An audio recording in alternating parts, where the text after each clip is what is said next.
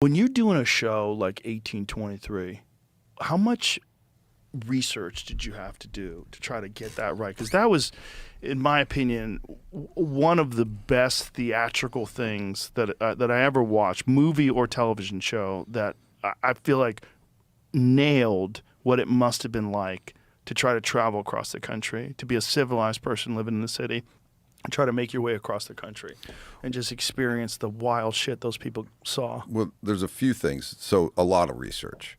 But interestingly, I had my family had come, one side of my family had come from Kentucky to Texas in the 1840s. And whatever great-great-grandmother journaled. Wow. So I had the journal. Holy shit. And then I started finding other journals. There wasn't, some were published. And reading about just how fucking dangerous it was. If you think about it, rivers were the most terrifying thing, crossing rivers, because no one swam. No one could swim.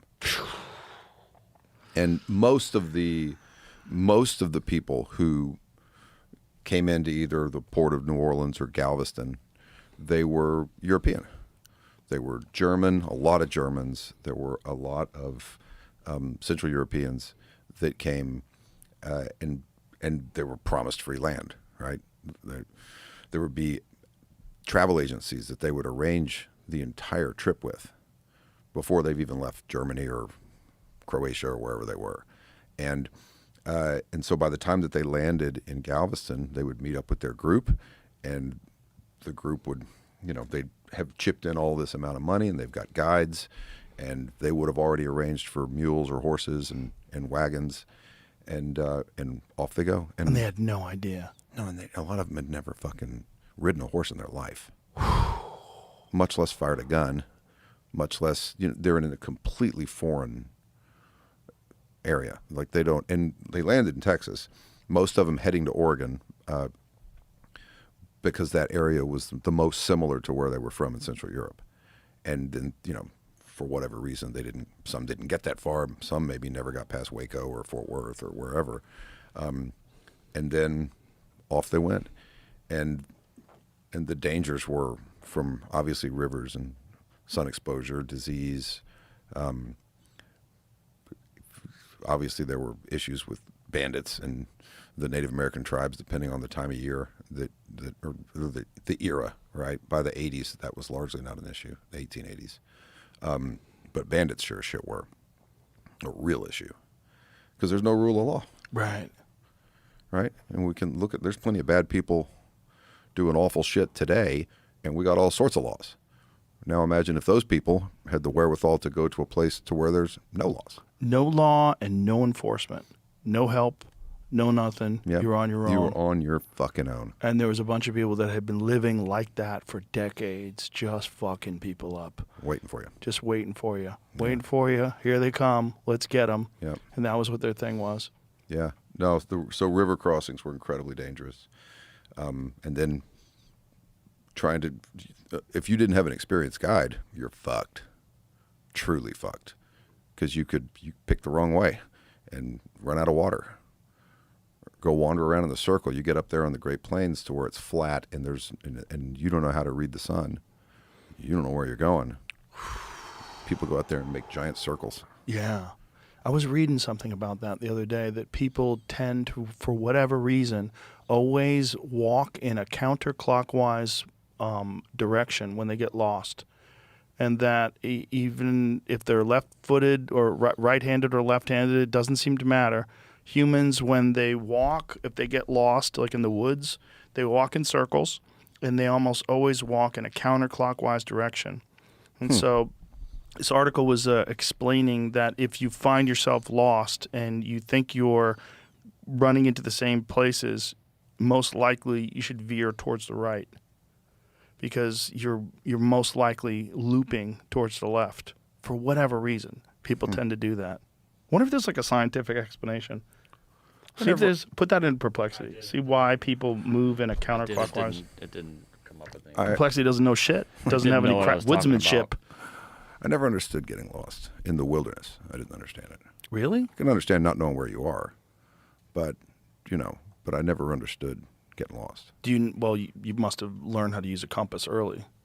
Yeah, or the sun, Yeah. right? If the sun comes up in the morning and you're facing it, Right. then behind you is west, to your left is north, to your right is Some south. people have zero experience in the woods, though. When People True. tend to loop often counterclockwise when lost because small errors in our internal sense of straight ahead accumulate. And humans also have a subtle left turn counterclockwise bias whose exact cause is still unclear. Isn't that weird? Wow. That's so weird. In lab and field experiments, blindfolded people tend to walk straight without landmarks, almost always end up curving into large loops instead of moving in a straight line. People told, rather, to walk straight without landmarks. Wow. Wow. This happens because without internal clues or external clues like the sun, distant objects, or a visible path, small random errors in balance and body feedback build up until the path bends enough to close into a circle. Wow. That's got to be so disheartening. You've been walking for days, and then you pass the same dead tree, and you're like, oh my God, we walked in a fucking circle. Pedestrians everywhere exhibit a counterclockwise bias, wired to walk counterclockwise. During COVID, scientists studying social distancing noticed that people seem to prefer moving counterclockwise. That's so weird. Tendency is fundamentally individual rather than a collective. What does that mean? So every individual does it, I guess, rather than a group of people just Right. following the leader. Pretty wild. So when people get lost, some people have just zero experience being in the woods at all, and they just don't know where to go. They're just, where are we? And they just fucking freak out, and then they panic because they think, what's out there? Oh my God, I'm gonna die. Yeah. And you realize that once you're out there, that nature doesn't give a fuck if you make it No. Doesn't care. at all. No. As it's heartless, completely oblivious to your desire to stay alive. It's Yep. not interested in what you want to do at all. Nope. Not at all. It's ambivalent. But that's also part of the beauty of it, right? Yeah. When you're out there, especially Yeah. if you take yourself seriously, Yeah. you're out there, you're like, oh, I ain't shit. It'll test you. Yeah. When you're writing a thing like 1823, like you're doing all this research and you read the diaries from you said your great grandmother? Is that what it was? Like great grandmother? Did you ever think of like putting some of those letters online so other people can read them? No. There's plenty of there's any number of published books of very similar journals. I know, but it'd be kind of dope for people to read about your great grandmother. Yeah, and nothing happened, right? Like But still, it sucked. still It was cold. interesting. We had freaking whatever weird shit they had for dinner that night, and so and so was rude, and it was this, and we stopped in this beautiful valley, and it was hard to get across the river, and I was scared, and but no attacks, no, it was pretty uneventful. They got lucky. Yeah. It's interesting just as a window into time. Yes. Well, what's interesting really is how well written the journal was, right? Because everyone, was very educated. yeah, Was better educated. yes, Yeah. Yeah, and yeah, that's weird, right? When you read like Civil War letters and you're like, why were these guys so fucking smart? I have letters from my grandfather who died in World War II. Love letters from him to my grandmother. Years of them, because they enlisted in 1941 and then went off and became they flew I guess it was the B-19, flew a bomber, and wrote all these letters to her. And I have all those, and they're just magnificent.